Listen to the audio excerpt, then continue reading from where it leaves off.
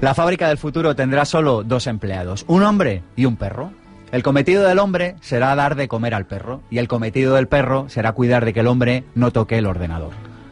En un mundo en el que ya cada vez estamos más viviendo, en el que los ordenadores y las máquinas lo van a hacer todo, hay una pregunta que usted debe formularse. Ya lo sabe, aquí en Pensamiento Positivo creemos más en las buenas preguntas que en las buenas respuestas. Así que la pregunta es, ¿cómo me adapto yo a un mundo en el que prácticamente todo lo van a hacer los ordenadores, lo van a hacer las máquinas? Hay otra muy buena pregunta y es, ¿cómo me adapto a un mundo en el que Asia está tomando la batuta y está dirigiendo la escena mundial?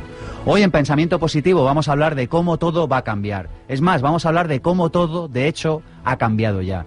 El sistema social y económico se está transformando a una velocidad vertiginosa. Y hoy en Pensamiento Positivo le invitamos a que comprenda este cambio para que pueda adaptarse.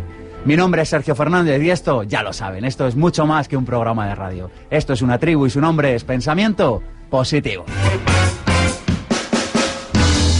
Pensamiento Positivo, el programa de ABC.radio sobre desarrollo personal. Sergio Fernández. ¿Es usted de los que se pregunta quién se ha llevado su empleo? ¿Es usted de esos que piensa que no es tan importante dominar la tecnología? ¿Es usted de esos que piensa que esta crisis pasará? Pues bien, nosotros en Pensamiento Positivo creemos que esto no es una crisis, que esto es más bien un fenómeno, un cambio de era que se llama globalización y que ha venido para quedarse. Si quiere comprender por qué se llama globalización y por qué hay ciertos factores que hacen que nada vaya a volver a ser igual que antes, quédese con nosotros. Hemos llamado a varias personas para comprender este espectacular cambio de era y para poder adaptarnos. La primera de ellas, Julián Pavón, doctor ingeniero industrial por la Universidad Politécnica de Madrid y que dice de sí mismo en la contraportada de su libro que hay 2 frases que le emocionan. Una, que nada humano me es ajeno, y otra, carpe diem. ¿Podemos vivir en el carpe diem, Julián, en un mundo que está cambiando tan deprisa? Precisamente porque está cambiando tan deprisa tenemos que vivir el carpe diem, pero sin perder de vista nuestra adaptación a los cambios. Por lo tanto, tenemos que compatibilizar una vida intensa en el presente, pero pensando también en qué necesitamos para el futuro, para un futuro que realmente es cada vez más incierto y más cambiante. Julián ha venido a hablarnos de su libro que se llama China, Dragón o Parásito, ¿quién se ha llevado mi empleo? Es un libro, Julián, que sinceramente me ha dejado estupefacto. No sabía la profundidad del cambio que está teniendo lugar y este libro me ha ayudado a comprenderlo. Lo que además de estupefacto, te seré sincero, Julián, me he quedado un poco diciendo, ¿hay solución? Y mira que te lo pregunta el que dirige Pensamiento Positivo, ya es grave, pero realmente es ante todo este cambio que está sucediendo en el que Asia está tomando la batuta del mundo, yo, europeíto, que ando por aquí, ¿puedo hacer algo en mi día a día? Pues hay 3 dimensiones. Una que es personal y de la que hablaremos, que tiene que ver mucho con la ética, la actitud, los valores que realmente necesitamos para este cambio de era, y otros que nos trascienden, que son de carácter institucional. Ahí Europa está fallando, no está sabiendo responder a los retos del cambio de era. La toma de decisiones en Europa es un desastre. Estamos siendo incapaces de crear la Unión Federal Europea imprescindible. Porque realmente, bueno, pues el mundo se está configurando de otra manera. O sea, ¿qué tienen en común los BRIC y Estados Unidos? Pues millones de kilómetros cuadrados y cientos de millones de habitantes. BRIC, Brasil, India, Rusia, China. Mientras que realmente nosotros seguimos siendo pues polimorfos, o sea, realmente de hecho aquí un polimorfismo nacionalista, donde los alemanes, los franceses, los catalanes, los vascos, los españoles, seguimos aferrados a nuestro nacionalismo, incapaces de trascenderle y generar una respuesta a los desafíos globales que nos están presentando los BRIC y específicamente China. Eso en lo institucional. En lo económico, nuevamente Europa tiene que reaccionar unida frente a los grandes desafíos económicos y tecnológicos que se nos están presentando. Uno de los problemas, y después Enrique Dans nos podrá hablar de esto, pues es lógicamente que Europa se está quedando fuera de las grandes empresas en Internet. Ni Facebook, ni Google, ni Microsoft, ni Amazon son empresas europeas. ¿Dónde están las empresas europeas de las tecnologías de la información y las comunicaciones? Únicamente aparece ahí en el horizonte 20, que parece que realmente desde España trata de transnacionalizarse, pero bueno, casi es una anécdota. Y después está el tema de lo personal, donde realmente, bueno, pues ahí sí que creo que entra mucho en el tema de pensamiento positivo y donde tendremos que enfatizar la necesidad de rearmarnos éticamente. Pues a eso pasaremos a hablar dentro de un ratito. Estamos también con Enrique Dans, este libro que se llama Todo va a cambiar, que no solo le pueden encontrar en papel, editado en Deusto, sino que además Enrique lo ha colgado para que cualquier persona lo pueda leer en Internet. ¿Es esto solo una pequeña muestra del cambio alucinante que la tecnología nos está trayendo? ¿Que una persona pueda colgar su libro en su blog a libre disposición de todo el mundo? Más que el poder colgarlo, que lo podríamos hacer en cualquier momento, yo creo que lo interesante es que lo puedas hacer y que la editorial esté de acuerdo contigo, ¿no? O sea, el hecho de haber llegado a una editorial y haberle dicho que yo quería editar sin copyright, que yo quería editar con lo que se llama un copyleft, ¿no? Una licencia Creative Commons, que estén de acuerdo con ello, que tiren adelante con la idea y que efectivamente ganen dinero con ello como lo han ganado, ¿no? Porque es un libro que ha salido bastante bien, la verdad, en cuanto a ventas. Tú acabas diciendo tu libro que no solo todo va a cambiar, sino que todo ha cambiado ya. ¿De qué cambio tecnológico no se ha enterado el ciudadano medio que anda por la calle en España? Yo creo que hablamos de un cambio con una dimensión enorme, ¿no? Y a mí me encanta porque antes hablando con Julián la verdad es que aprendes siempre, aunque simplemente le pidas fuego, yo creo que aprendes algo. Y me ha comentado que lo curioso es que el mismo año que fueron pues los sucesos de Tiananmen o la caída del muro de Berlín, pues fue cuando Tim Berners-Lee empezó con el desarrollo de la web, ¿no? Que no me había dado cuenta, la verdad, de esa coincidencia temporal, ¿no? Y yo creo que son efectivamente sucesos con una trascendencia casi parecida, o sea, que realmente el cambio es brutal, es una dimensión enorme. Nunca habíamos dispuesto de una red de comunicaciones que invirtiese de tal manera el flujo habitual de la comunicación. El flujo habitual de la comunicación, pues la llave la tenías tú, que eras el que estás con el micrófono, mientras que tus oyentes no tienen un micrófono y tienen que llamar por teléfono y ver si, pues eso, si intervienen o no intervienen, ¿no? De repente ahora todos estamos en un plano de igualdad. Todos somos emirreceptores. Efectivamente, todos en cualquier momento emitimos o recibimos y estamos en un mismo plano, ¿no? Estamos en abc.radio, pasan unos minutitos de la 1 de la tarde, tenemos un número de teléfono 900-106-106, tenemos Facebook, el de Pensamiento Positivo, y el mío propio, el de Sergio Fernández. Tenemos un canal de YouTube, hacemos lo que nadie hace, estamos empeñados en dar y volver a dar. Así que grabamos todos los programas y los subimos a pensamientopositivo.org y a YouTube. ¿Que nos quieren escuchar? No hay problema, se pueden bajar el podcast abc.es/radio. Lo tienen también en iVoox para que se lo puedan llevar mientras hacen deporte, que se está convirtiendo en uno de los principales focos de atracción de Pensamiento Positivo. La gente nos escucha cuando va en el coche, cuando hace deporte, y lo pueden bajar en iTunes, por supuesto, también. Tenemos un email, llámenos, escríbanos, nos encanta leerles. A veces tardamos un poquito en responder, pero siempre lo hacemos. infopensamientopositivo@gmail.com, y allí nos pueden hacer propuestas o hacernos sugerencias o simplemente darnos feedback. Si quieren saber más sobre cómo todo este cambio está influyendo en su vida, quédese con nosotros. Vamos a entrevistar a Enrique Dans y a Julián Pavón. Pensamiento Positivo, el programa de abc.radio sobre desarrollo personal. Sergio Fernández.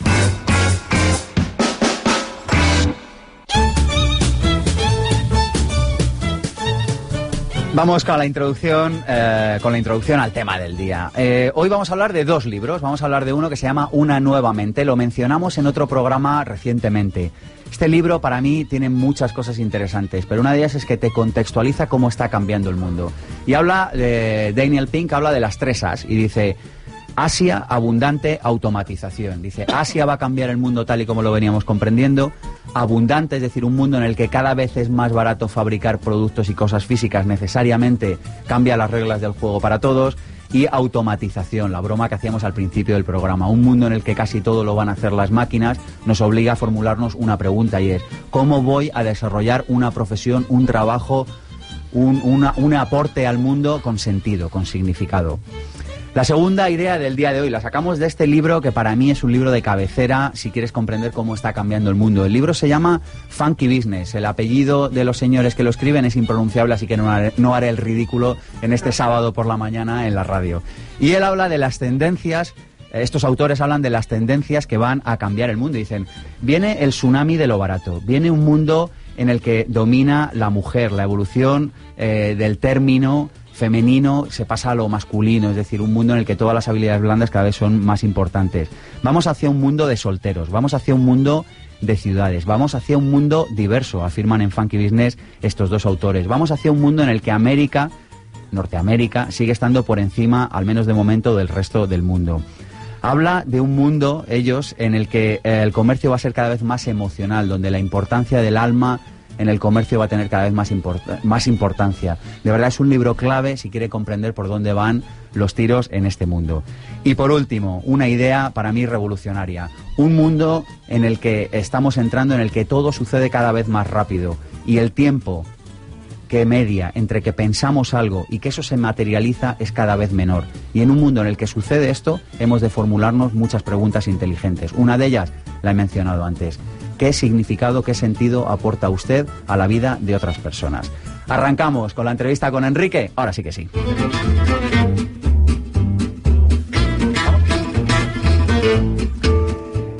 Podemos hablar un ratito con Enrique Dans, autor de este libro Todo va a cambiar. Cuenta en este libro, Enrique, que a mediados de los años 80, cuando él estaba en primero de carrera, su padre le hizo un regalo. A ti te hubiera gustado igual más que fuera un coche, pero cuentas que tu padre, como consecuencia de un dinero que ganó en una lotería, te regaló un ordenador. Que hoy no suena como muy habitual, pero por aquel entonces debía tener, ya te digo, cierto punto hasta exótico, ¿no? Sí, sí, la cara de la persona de la tienda cuando entramos, mi padre y yo, a comprar un ordenador era un poema, era como, pero ¿qué quieren qué? ¿Qué van a hacer con él? ¿Pero para qué empresa lo quieren? No, para casa. Y era rarísimo, vamos. Y eso cambió tu vida, para siempre. Sí, o sea, yo creo que el enfrentarme a ese ordenador, pues como te enfrentas con un cacharro que no sabes usar, evidentemente, que empiezas a autoenseñarte, ¿no? Y a formarte como usuario. La verdad es que estudié pues un par de cursitos de programación después, pero al principio no. Y un poco el cómo te enfrentas a eso y el cómo te metes en algo que estás convencido de que tiene muchísimas posibilidades y que se las vas viendo a lo poquito, ¿no? Yo creo que es algo, la tecnología es algo de retorno rápido en muchos casos. ¿De qué cambio garrafal nos ha dado cuenta el ciudadano medio? Es decir, ¿es necesario tener blog? ¿Es necesario tener email? Es que hay gente que todavía esto se lo pregunta, Enrique. ¿Qué pasa si no tienes todo esto? Pues que si te excluyes, la exclusión digital es peor que el ostracismo de los griegos, ¿no? O sea, cuando te condenaban al ostracismo, te condenaban a abandonar el poblado, ¿no? Pues si te excluyes de la tecnología, realmente estás condenándote a un sistema en el cual pues puedes contribuir muchísimo menos, pierdes un montón de ventajas potenciales. Estás, digamos que, condenándote a una vida menos relevante en todos los sentidos. ¿Hay una correlación, Enrique, entre el nivel de renta y el nivel de alfabetización digital? La hay, pero no es necesariamente cierto que sea así. Quiero decir, lo que más nos afecta en nuestro entorno cercano, sobre todo en España, no es gente que se excluye por no llegar en cuanto a nivel de renta para poder tener un ordenador o para poder... Es gente que realmente la causa mayor que se cita para la exclusión es gente que lo que dice es que no le interesa, que no lo ven claro, que no entienden la propuesta de valor de esta historia. ¿Qué recomendarías para alfabetizarnos digitalmente? Es decir, si tuvieras, imagínate que ahora hay una persona que nos está escuchando y dice, venga, va, me voy a poner las pilas, entiendo que el mundo no es como era, entiendo que necesito entender de ordenadores, que ya suena rara esta expresión, entender de ordenadores, ¿no? Pero ¿qué le recomendarías? ¿Qué debe conocer? ¿Por dónde debe empezar? Yo creo que hay que meterse desde un punto de vista muy práctico, tocar todo mucho y no tener demasiados miedos, ¿no? O sea, lo primero que tienes que pensar es cómo entra la información en tu vida. O sea, ¿tú qué haces? Pues lees periódicos, ¿cómo te informas, no? Pues seguramente hay muchas ventajas en informarte de muchas cosas a través de la web y en consolidarlas en una herramienta. Por ejemplo, pues un reader, Google Reader, por ejemplo, es una herramienta que te permite consolidar tus fuentes de información e ir guardando aquellas que te han interesado. Simplemente coleccionar las noticias que te han interesado te va a dar una ventaja, y es que cuando quieras recurrir de vuelta a esas noticias y digas, ¿dónde leí yo esto que no me acuerdo, no? O que hablaba de no sé qué, pues tienes un sitio donde hacer una búsqueda, un cajón desastre ahí donde poder encontrar aquello que leíste y que te interesó, ¿no? Una buena forma de organizarte, el cómo captas esa información, ¿no? ¿Qué más herramientas recomendarías para una persona que quiera alfabetizarse? ¿Por dónde debería empezar? Empezar por ejemplo, por tener todo aquello que le encanta, que le gusta, que encuentra en la web y que le parece algo que puede volver porque le ha gustado esa dirección web, no guardarla en los favoritos de su ordenador, guardarla en un repositorio online de favoritos, ¿no? En Google Bookmarks o en Delicious o una herramienta de este tipo, te va a permitir que desde cualquier máquina, desde cualquier ordenador del que tú entres, tus favoritos estén ahí y no estén simplemente, pues eso, en el ordenador que has dejado en casa o que tienes en el trabajo, ¿no? O sea, yo creo que hay herramientas que lo que hacen es un poco sistematizar la forma en la que tú te relacionas con la información que anda por ahí.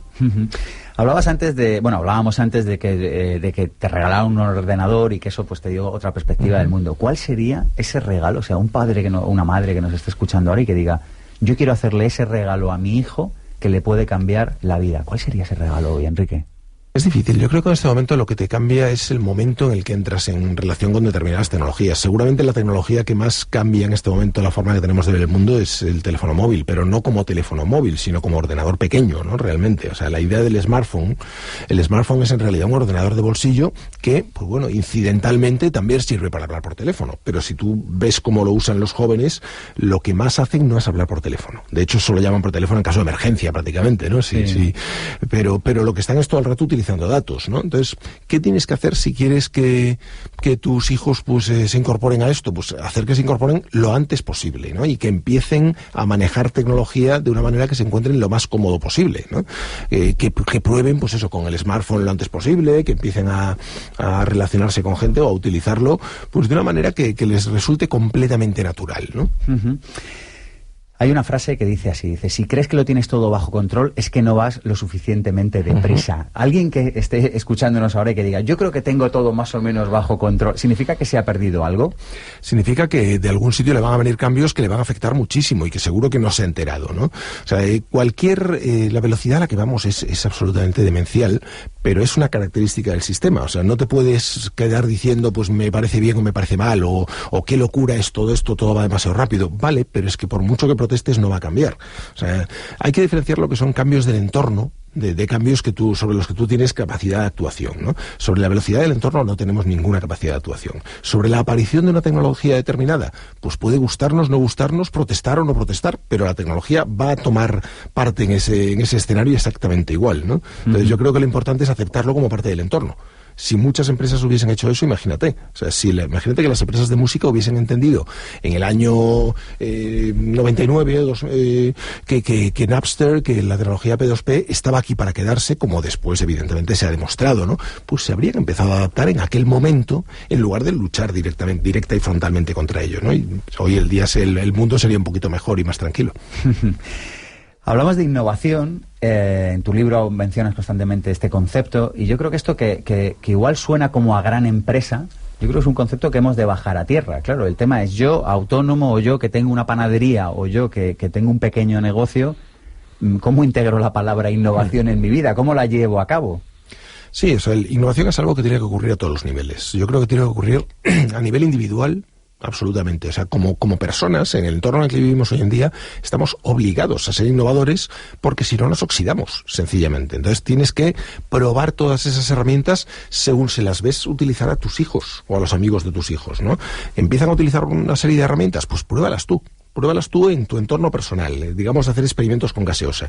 Lo siguiente, experimentalas en tu compañía, en tu empresa, en tu panadería, ¿no? En tu camión. O sea, ¿qué pasa? Pues que lo que tienes es, pues por ejemplo, una panadería necesidad de comunicarse con su público. Su público va y le compra pan, pero es que a lo mejor se pueden hacer otras cosas. Se puede abrir canales de comunicación, se pueden abrir canales para recibir encargos, para recibir opiniones, para recibir un montón de cosas, ¿no? Se puede abrir incluso, pues eso, escaparates o cosas que en la red tengan una función, ¿no? Entonces lo que tienes que pensar es qué tipo de valor te puede dar a ti una tecnología que ha aplanado tanto la capacidad de relación.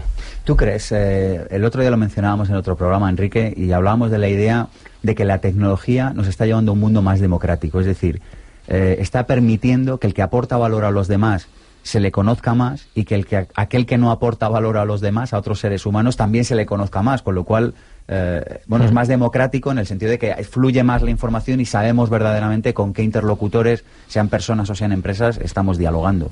Fluye mucho más y además no se pierde tanto. Es decir, antes, pues a mí me pasaba una cosa curiosa. Cuando me entrevistaban en la radio, la sensación que tenía es que, bueno, que podía hablar con muchísima libertad, porque realmente si alguien lo escuchaba, pues era algo que se iba con el viento y que poca gente me iba a venir 3 años después a decir, aquella vez en la radio dijiste tal. ¿Qué pasa ahora? Pues fíjate, yo ahora... Una cámara y subimos todos los vídeos. Exacto, estamos hablando aquí y esto queda en la red y queda en un montón de sitios y dentro de 3 años o de 5 me lo pueden evocar y me pueden decir, y aquí lo tienes, ¿no? Entonces, ¿qué pasa? Pues que cada vez más el cómo nos relacionamos con la información o con otras personas queda en algún sitio, en algún repositorio, en algún fichero log de algún ordenador, ¿no? ¿Qué es lo que a mí me permite comprobar? Pues que la red se comporta, no sé, como el mar. O sea, yo si tiro muchas cosas buenas al mar, el mar me acaba trayendo cosas buenas. Si tiro basura, me acaba trayendo basura, ¿no? Cuanto más comparto, mejor me va. Y creo que esto se va dando cuenta cada vez más gente. Y por lo tanto intentan aportar de una manera más directa, más sincera, porque saben que eso de alguna manera les va a volver a repercutir en lo positivo, ¿no? Fíjate, y esto entronca con la idea con la que arrancábamos al principio de esta conversación, ¿no? Y tú has colgado tu libro para que esté accesible a todo el mundo y está bajo este principio, ¿no? Cuanto más doy, más tengo.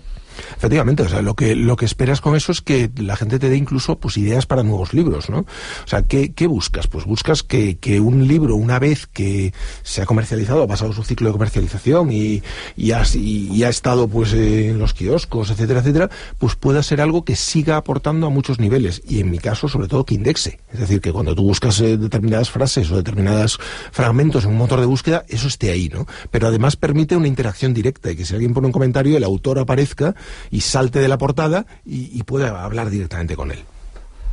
Todo fluye, todo cambia, nada permanece. No podemos bañarnos 2 veces en el mismo río. Todo es, fue y será fuego vivo que se enciende y se apaga según su furor. La guerra es la madre de todas las cosas. Así que todo fluye, todo cambia. Ya lo decía Heráclito hace mucho tiempo, pero parece que estamos en un momento en el que todo cambia mucho más deprisa. Sí, efectivamente, la velocidad del cambio es absolutamente de locos, ¿no? O sea, las cosas, pues nunca habíamos vivido una época. Yo suelo decir que si un profesor como yo, ¿no? De hace pues unos cuantos, no sé, 50 años o un siglo, quisiese ver todo lo que yo he visto, pues tendría que haber vivido varias vidas encadenadas, ¿no? Es que va todo a eso, a muchísima velocidad. Hay unas frases que nos han encantado en tu libro. Todo lo que podía inventarse ya se ha inventado. Lo dijo el comisario de la Oficina de Patentes y Marcas de Estados Unidos. Visionario, ¿eh? Un gran visionario. Sí, sí. Todo lo que podía inventarse ya se ha inventado. Dices también, recoges una frase que dice: no existe ninguna razón por la cual una persona podría querer tener un ordenador en su casa. Fundador, CEO y presidente de Digital Equipment en 1977. Tengo una cierta colección de frases de ese tipo, porque las utilizo muchas veces para despedir el curso, y le digo a los alumnos: a ver, toda esta gente que estamos citando aquí con esas frases, no os engañéis, son gente que en su momento eran influyentes, eran pues gente inteligente, sin duda, no es que fueran tontos, no, pero hoy estamos aquí pudiendo hacernos unas risas con esas frases porque no fueron capaces de ver la magnitud del cambio. Y eso es lo importante. O sea, yo intento que mis alumnos sean capaces de ver la magnitud del cambio. ¿Hay alguna que te guste más que otras? A mí me ha hecho mucha... Dice, los aviones son juguetes interesantes, pero no tienen ningún valor militar. Un estratega militar francés, comandante de la Primera Guerra Mundial. ¿Cuál es la que más te gusta de todas estas que recoges? No lo sé, la verdad es que hay unas cuantas muy buenas. A mí me gusta mucho una que dice algo así como que la gente se va a aburrir de ver la televisión, y que por eso la televisión no es competencia para el cine. Dice así, la televisión no podrá conservar ningún mercado que capte después de los primeros 6 meses. La gente se cansará de ver una caja de madera todas las noches. Sí, imagínate. ¿Y eso por qué? Pues porque era alguien que estaba en el cine y decía: mi producto no, por favor, no está amenazado por esa caja. O sea, mi producto es pantalla grande, es precioso, no puede... Entonces esto pasa muchísimo, y a mí el fenómeno de la disrupción tecnológica me encanta, porque además vas viendo que siempre aquel que recibe el impacto de la disrupción siempre se comporta igual, siempre lo menosprecia, hace burla, después lo intenta prohibir, intenta protegerse mediante el recurso a las leyes o cosas por el estilo, ¿no? Pero al final siempre pasa. Yo creo que hay otro concepto, Enrique, que también toda la tecnología ha hecho cambiar para siempre, y es el de la intimidad. El concepto de intimidad. Antes las personas teníamos intimidad, hoy con las redes es realmente complicado. Yo creo que el concepto de antes es la clave. Mira, acabas de decir, antes las personas teníamos intimidad. No es real, o sea, mucho antes vivíamos en pueblos muy pequeñitos y precisamente no teníamos intimidad. Todo el pueblo sabía lo que hacías, con quién estabas casado, si te iba bien o te iba mal, dónde trabajabas y cuántos hijos tenías, ¿no? Después fue cuando empezamos a irnos cada vez a ciudades más grandes y los pueblos empezaron a crecer, y la intimidad, digamos, la privacidad apareció por accidente. Es un accidente histórico, es algo que aparece cuando el ancho de banda mental que tienes no te permite procesar toda la gente que tienes alrededor, que todos viven en pueblos pequeños. Bueno, de hecho, el manifiesto Clutrain, en cierto modo, habla de esto, ¿no? De que estamos volviendo a cómo era a cómo funcionaba todo esto mucho antes, ¿verdad? Si queremos que todo siga como está, es necesario que todo cambie. Giuseppe Tomasi di Lampedusa. Así que si queremos que todo siga como está, es necesario que todo cambie. Sí. O sea, es evidente que hay muchos factores en las ecuaciones de poder que están dándose cuenta de que esto no es sostenible, no es fácilmente sostenible, ¿no? Entonces yo creo que lo que están intentando, pues lo que vemos son presiones muy importantes, por ejemplo, de las estructuras tradicionales de poder para poder controlar la red, por ejemplo, ¿no? O sea, la red es un enorme vehículo de cambio, lo hemos visto, ¿no? Cambia a las personas, cambia a las empresas y cambia a la sociedad en su conjunto, ¿no? Entonces, ¿qué pasa? Pues que ahora lo que vemos son intentos de las estructuras convencionales por poder controlar esa red. Intentos que al final van a ser infructuosos, pero que desde luego mientras ocurren dan mucho la lata, ¿no? Bueno, yo lo que quería es hacer algunos comentarios, algunas de las cosas que se han ido diciendo hasta ahora, sobre todo por si tenemos que debatir, ¿eh? En primer lugar, en relación con el libro de Una Nueva Mente, hay un concepto con el que no estoy de acuerdo, ¿eh? Es que realmente estamos en la sociedad de la abundancia, ¿eh? Creo que vamos a un proceso de escasez, donde fundamentalmente la escasez se va a manifestar en las materias primas y como consecuencia fundamentalmente de dos hechos: de que nunca la humanidad ha crecido tan deprisa. Somos 1.000 millones más de personas cada 12 años, ¿eh? En el año 87 éramos 5.000 millones, en el año 99 6.000 millones, en el año 2011 7.000 millones, ¿eh? Y además, a este ritmo de 1.000 millones de personas cada 12 años, se suma el hecho de que un tercio de la población, 2.500 millones, están creciendo a un ritmo del 10%.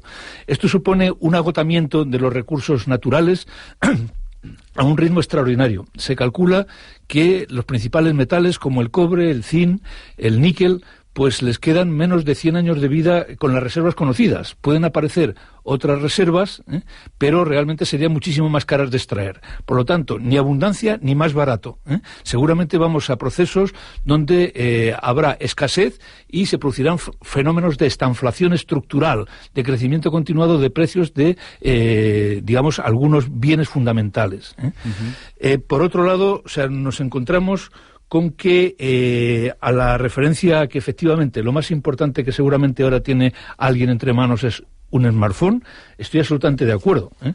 Fijaos que nunca ha estado todo el conocimiento del mundo en la palma de una mano. Ahora cabe todo el conocimiento del mundo en la palma de una mano. ¿Cuáles serán las sociedades que vayan a triunfar? Aquellos que sepan transformar la información, que es lo que está en el smartphone, en conocimiento. Y esa es la clave, y eso no es automático. Eso es lo más difícil de hacer. Transformar la información, que es lo que cabe en la palma de la mano, en conocimiento. Fíjate que realmente en un smartphone hay más tecnología que la que se utilizó en mandar un hombre a la luna, ¿eh? Es decir, realmente en capacidad, digamos, de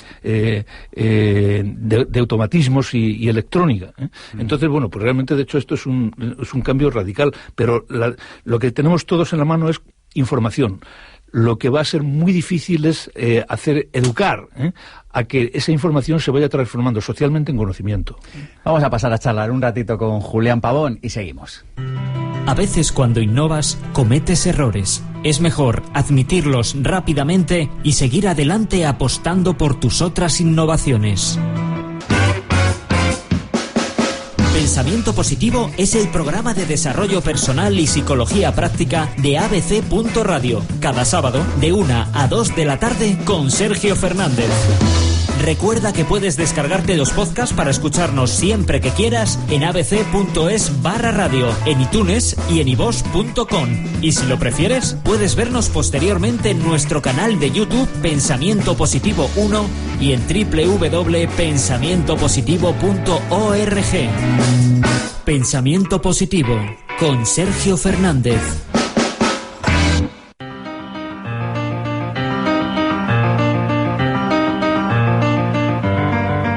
Seminario intensivo Vivir sin Jefe. Tenemos el próximo ya listo para ti, el 3 y el 4 de noviembre. Un seminario en el que vas a aprender todo lo que necesitas para llevar tu vida personal, pero sobre todo profesional, al siguiente nivel. Vamos a trabajar sobre tus miedos, vamos a trabajar sobre tu plan de negocio, vamos a trabajar con herramientas de marketing que te van a permitir aumentar tu facturación de manera inmediata cuando acabes el seminario. Vas a conocer otros emprendedores que, como tú, quieren llevar su vida profesional y su negocio al siguiente nivel. Vente, tienes toda la información en pensamientopositivo.org. El precio, espectacular, 397 € si dices que vienes de la tribu de Pensamiento Positivo. ¿Dónde nos contactas? Pues muy fácil, en sergio@vivirsinjefe.es. Y recuerda que te puedes traer un invitado completamente gratis y también que el seminario está garantizado por mí. Si no te gusta, si no cumple tus expectativas, te devuelvo el dinero. Vente, de verdad, es una experiencia alucinante. Te esperamos en Vivir sin Jefe, el 3 y el 4 de noviembre. Toda la información en pensamientopositivo.org. Pensamiento positivo, la propuesta. Y del otro lado del teléfono tenemos a Juan Carlos Cubeiro, amigo de la tribu de Pensamiento Positivo, enciclopedia con piernas. Juan Carlos, ¿de dónde sacas tiempo para leer tanto? Cada vez que abro cada vez que abro tu blog me frustro un poquito más. Digo, alguien que saca tiempo de yo no sé dónde para leer todos esos libros. Bueno, es un disfrute como el que estabas diciendo ahora mismo, o sea que sí, siempre hay que disfrutar con lo que hacemos. Claro que sí. Juan Carlos, hoy estamos hablando de cómo el mundo está cambiando con la tecnología, con Asia, de cómo estamos abandonando un modelo que era el capitalismo, estamos yendo hacia un nuevo modelo que es el del talento. Haznos propuestas para entender todo esto, Juan Carlos. Bueno, por supuesto el libro de Julián Pabón que estabais comentando es un libro magnífico, se lee muy rápido, tiene claves que sorprenden. Julián es muy provocador en el mejor sentido del término, es uno de los libros que evidentemente hay que leer. Yo recomendaría también el relativo a la motivación de Daniel Pink, porque nos enseña que la motivación precisamente tiene que venir de dentro, en la línea de Vivir sin Jefe, lo que nos cuentas, y no tanto vivir de fuera, de pensar que tiene que ver con el palo y la zanahoria. Sí. Y por tanto la sorprendente verdad sobre qué nos motiva es un libro muy interesante también para entender el talento y lo que está cambiando. Y para ponernos en valor, que siempre es importante en el talento, yo recomendaría el del arte de cautivar de Guy Kawasaki, porque desde la modestia, desde la humildad, nos enseña a influir sobre otros, con lo cual también es muy importante en estos tiempos que corren. El arte de cautivar no lo he leído. Este es el de Kawasaki, es el del arte de emprender también, ¿verdad? También, sí. Y en inglés se llama enchantment, o sea, encantamiento, pero aquí la editorial lo llamó el arte de cautivar, precisamente para seguir la línea con el arte de emprender. Yo creo que es mejor título todavía. Muy bien, Juan Carlos, pues muchísimas gracias y hasta otro día. Muchas gracias, Sergio, que vaya muy bien. Gracias, hasta otro día.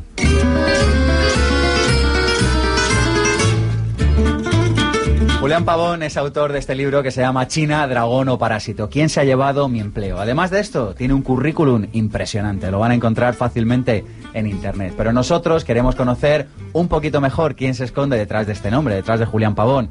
¿Y a quién hemos llamado? Pues ya lo saben, a Cristina Serrato y a sus biografías con alma.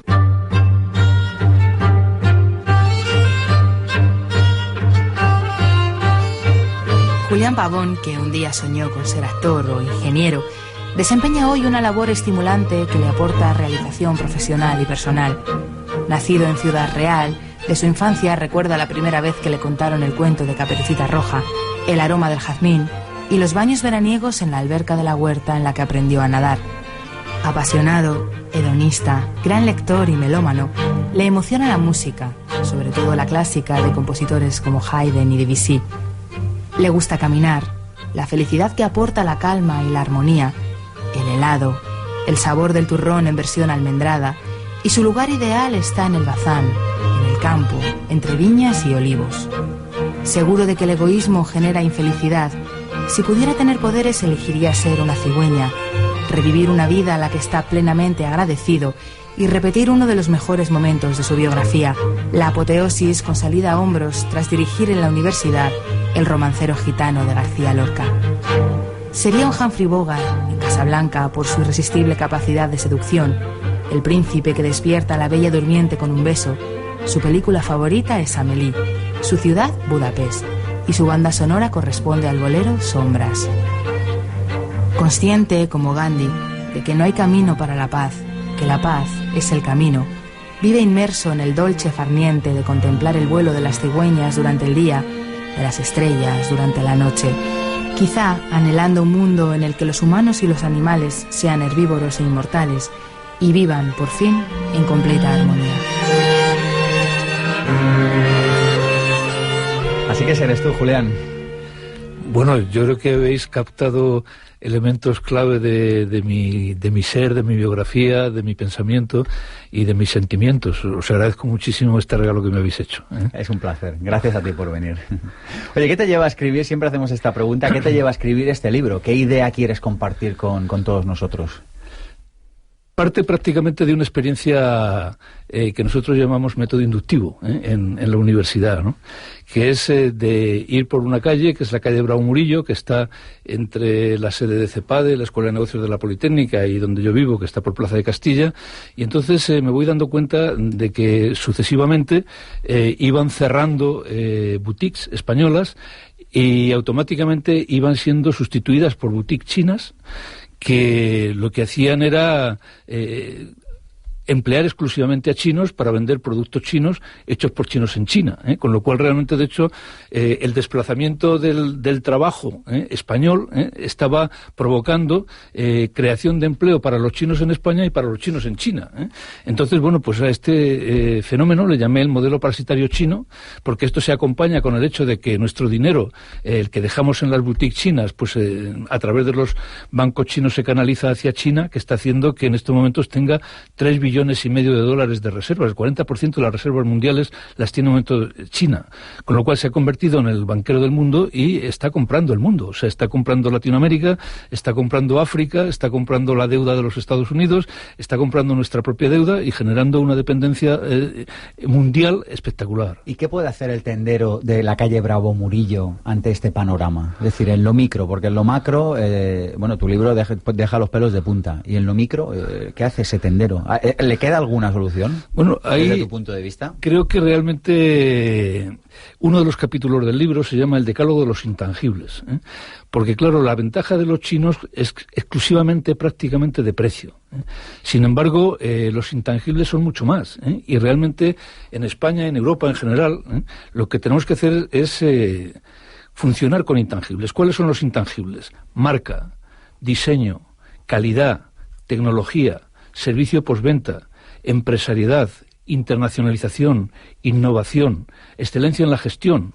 Entonces, bueno, pues realmente una combinación de eso aplicada a la pequeña empresa, pues puede ser útil cuando realmente la forma de competir de los chinos hasta ahora es casi exclusivamente por el precio. Ellos no saben competir todavía en muchos sectores, aunque realmente van ganando terreno también en estos temas, ni por marca. Es decir, bueno, pues ahora están tratando de promocionar una marca que compita con Zara, que se llama Mulaya, pero hasta que llegue realmente, de hecho, a desplazar a Zara, imaginaos el camino que les queda, ¿no? Das por hecho que la desplazará. Bueno, es posible, porque al final realmente ellos están fabricando como Zara también en China. Es decir, realmente Zara, digamos, su gran ventaja competitiva en estos momentos son sus exhaustivos controles de calidad, su capacidad logística y después su excelencia en la gestión. Si eso realmente en algún momento China lo consigue aprender, y para eso están las escuelas de negocios, incluso españolas, que se ubican en China, hay que tener en cuenta que ahora la primera escuela de negocios de China, pues es una escuela asesorada por una escuela de negocios española, que realmente se ha aliado con el Partido Comunista Chino para enseñar a los empresarios chinos a competir con Occidente, en un maridaje un poco extraño, teniendo en cuenta, digamos, de dónde procede ideológicamente la escuela a la que me refiero, la escuela de negocios a la que me refiero. Pero bueno, ahí estamos, ¿no? O sea, de hecho, entonces, claro, los chinos seguramente irán aprendiendo también a competir por intangibles, pero mientras tanto, ahí tenemos una gran ventaja, es decir, calidad, diseño, servicio por venta, proximidad al consumidor. O sea, realmente, de hecho, el chino, bueno, pues una de las ventajas que tienen las peluquerías españolas respecto de las chinas es que, digamos, es que te entiendes con el peluquero. Claro, y a las señoras les gusta hablar en español con la peluquera, y sin embargo con los chinos todo es como mucho más pasivo. En fin, ese tipo de intangibles, que realmente no tienen que ver con el precio, es lo que cada empresa tiene que identificar cuáles son sus fortalezas para competir con los chinos, que sabemos que en estos momentos lo único que realmente tienen como gran fortaleza es el precio. O sea, que cualquier competición a precio está sentenciada de antemano a perder.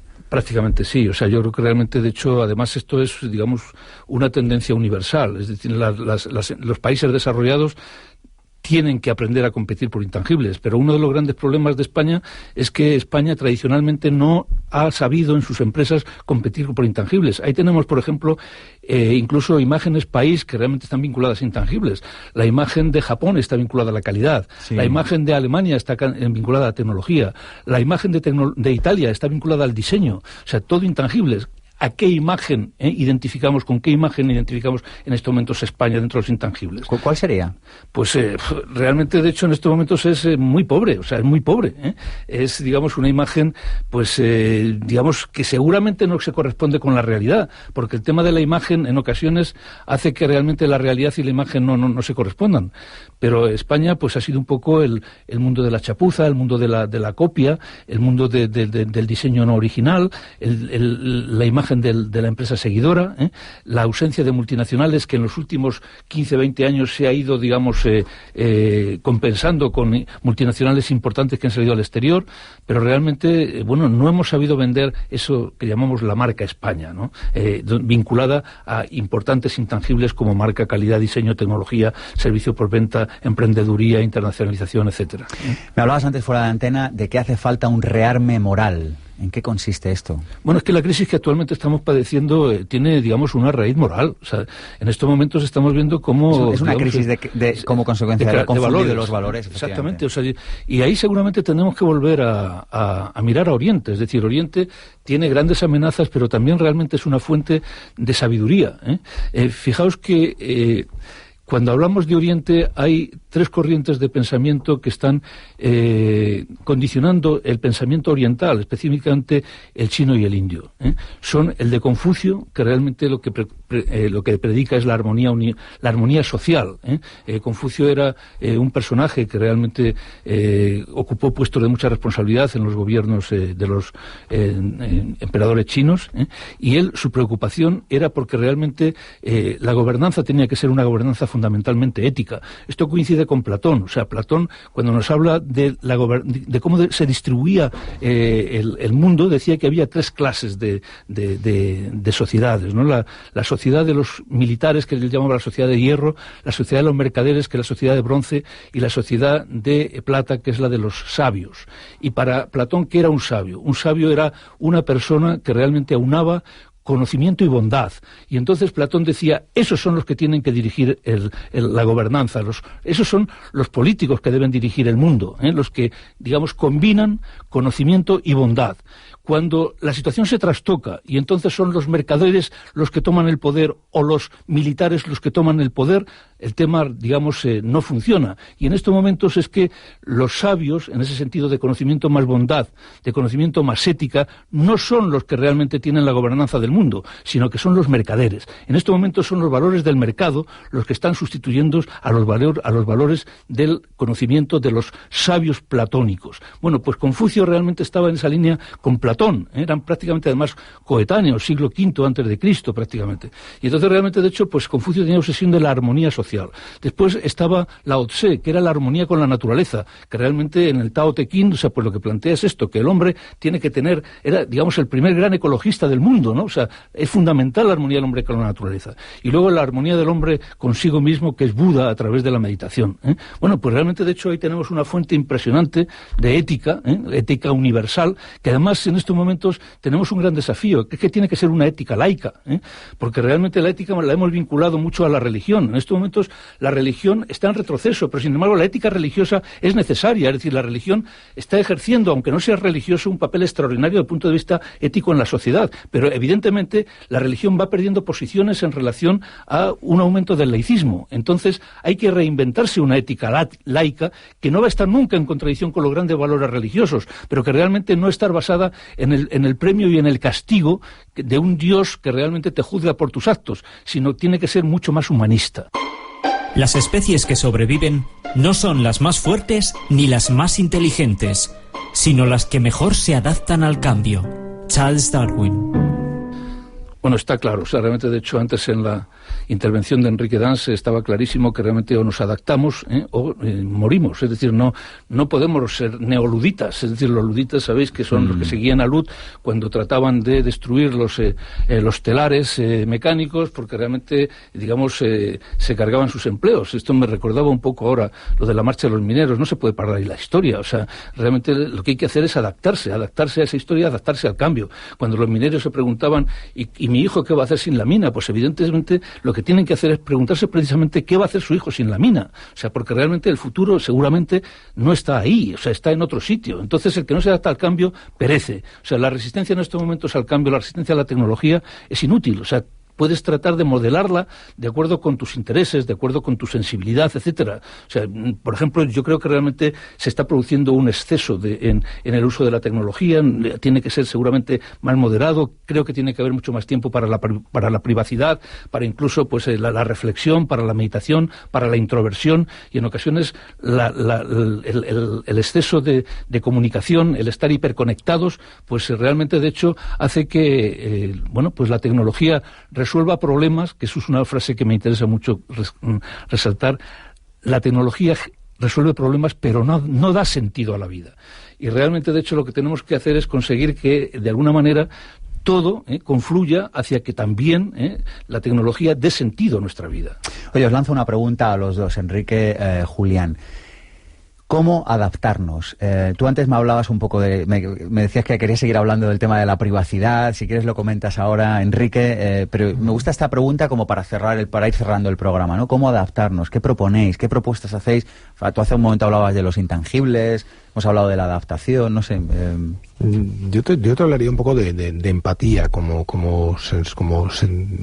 habilidad fundamental, ¿no? La típica inteligencia emocional que comentaba Goleman en su momento, ¿no? O sea, ser capaces de ponernos en el otro lado, en el lado de quien tienes delante, ¿no? Por ejemplo, lo que ocurre ahora en el tema de la privacidad que te comentaba. A ver, ¿qué pasa cuando vemos ahora a los niños, ¿no? Que efectivamente, pues los niños han crecido en un entorno hiperconectado. Desde que nacieron, pues disfrutan de una conexión permanente, siempre hay un ordenador o un teléfono móvil conectado a internet que funciona. ¿Qué pasa con ellos? Pues que si viven algo, si tienen una experiencia, si van a algún sitio, si consumen cualquier cosa y les gusta, lo siguiente que tienen es la necesidad de compartirlo, y si no lo comparten es como que no ha pasado y se frustran, ¿no?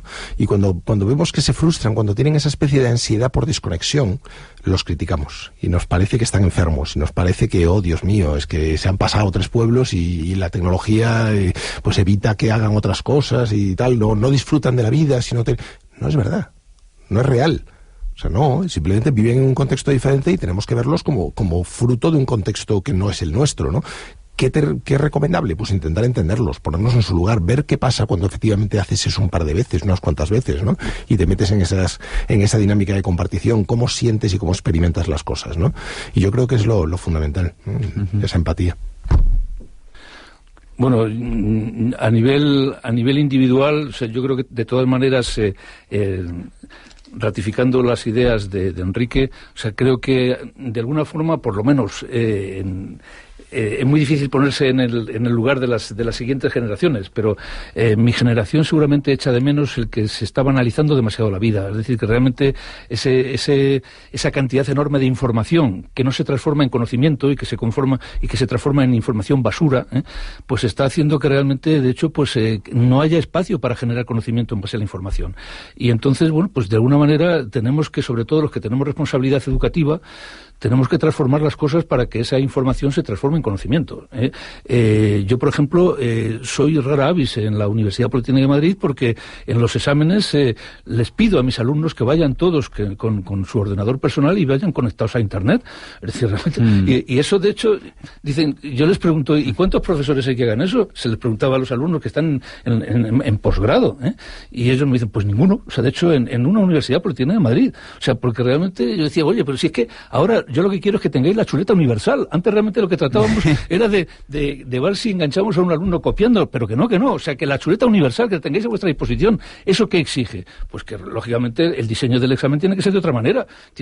Ellos tienen toda la información en la mano, en un smartphone, y tienes que diseñar un examen para ver cómo transformar esa información en conocimiento. Es simplemente un ejemplo de cómo tienen que ir cambiando las cosas. Me alegra profundamente escuchar esto, porque si algo recuerdo de mi etapa universitaria era el profundo ridículo y la vergüenza ajena que sentía cuando había profesores que me exigían y que me evaluaban sobre mi capacidad de memorización. Y si hay alguno que me está escuchando, que sepa que siento vergüenza ajena. Así que me alegro profundamente de que digas esto y de que nos hayamos enterado de que hay un cambio que está viniendo. Gracias, Enrique, gracias, Julián, por habernos ayudado a comprender un poquito mejor cómo está cambiando el mundo, y estáis invitados a Pensamiento Positivo siempre que queráis. Muchas gracias a vosotros. Encantado de haber estado con vosotros. China, ahí yace un gigante dormido. Dejémoslo dormir. Cuando despierte, el mundo temblará. Napoleón Bonaparte. Si utilizas al enemigo para derrotar al enemigo, serás poderoso en cualquier lugar a donde vayas.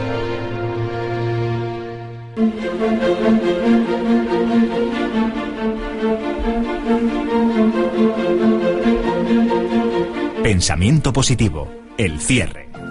Hemos aprendido multitud de ideas en esta bonita mañana de sábado. Hemos aprendido que cuanto más comparto, más me devuelve la vida. Juan Carlos Cubeiro nos ha recomendado varios libros, China, Dragón o Parásito, La sorprendente verdad sobre lo que nos motiva y también El arte de cautivar. Yo por mi parte les recomiendo también de Todo va a cambiar. Hemos aprendido que estamos viviendo más una crisis de valores que una crisis económica, que necesitamos un rearme moral en Occidente. Y hemos recordado esta bonita frase de Lampedusa: si queremos que todo siga como está, es necesario que todo cambie. Este programa ha sido posible gracias a un equipazo de primera que lo componen estas personas: Mónica Galán, Ada García Coc y Alberto Peña Chavarino con la producción, Armando Mateo con los cortes de voz, Cristina Serrato con las presentaciones, con las biografías con alma de nuestros invitados, y Andrés Triano haciéndonos la cámara y ayudándonos con la edición de los vídeos. En el control ha estado Daniel. Mi nombre es Sergio Fernández y esto, ya lo saben, esto es mucho más que un programa de radio. Esto es una tribu y su nombre es Pensamiento Positivo.